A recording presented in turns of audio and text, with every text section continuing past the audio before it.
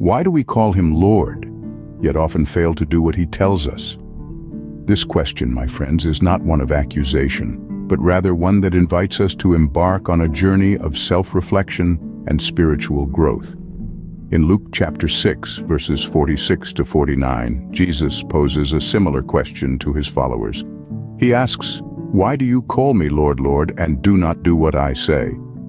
This query, posed by our Savior himself, is not meant to condemn, but to challenge us to examine our actions, our commitments, and most importantly, our obedience. Jesus goes on to illustrate his point with a parable. He speaks of two builders, one wise and one foolish. The wise builder, he says, is like a man who, when building his house, dug deep and laid the foundation on rock. When a flood came, the torrent struck that house but could not shake it because it was well built. On the contrary, the foolish builder is likened to a man who built a house on the ground without a foundation. The moment the torrent struck that house, it collapsed, and its destruction was complete. This parable does not merely illustrate the importance of a strong physical foundation. It serves as a metaphor for our spiritual lives. Jesus is the rock, the firm foundation upon which we must build our lives. To call him Lord is not enough. We must follow his teachings, his commandments, and his example. When we do this, we become like the wise builder, able to withstand even the most tumultuous storms of life. However, if we claim to follow Christ, yet fail to put his words into action, we are like the foolish builder. Without a firm foundation, our faith can quickly crumble when faced with trials and tribulations.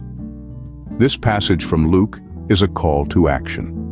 It's a reminder that our relationship with God is not merely about words, but about deeds. It's about living in obedience to his commands and seeking to emulate his love and compassion in all that we do. So, let us take a moment to reflect. Are we merely calling him Lord, or are we truly striving to follow his teachings?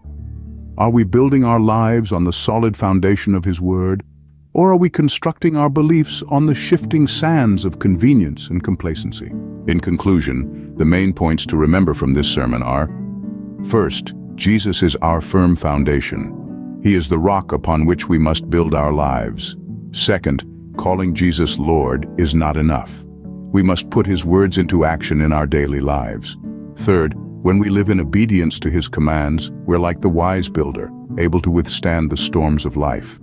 And lastly, if we fail to put his words into action, we are like the foolish builder, and our faith is at risk of crumbling when faced with trials. May these reflections guide us as we strive to live out our faith, and may we always seek to build our lives on the firm foundation of Christ's teachings.